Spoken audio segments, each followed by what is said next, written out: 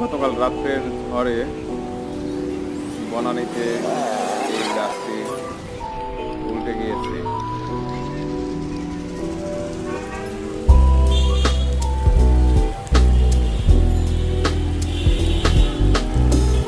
গাছটি অপসারণের জন্য সিটি কর্পোরেশন উদ্যোগ নিয়েছে এবং খুব শীঘ্রই গাছটি অপসারণ করার ব্যবস্থা করবে।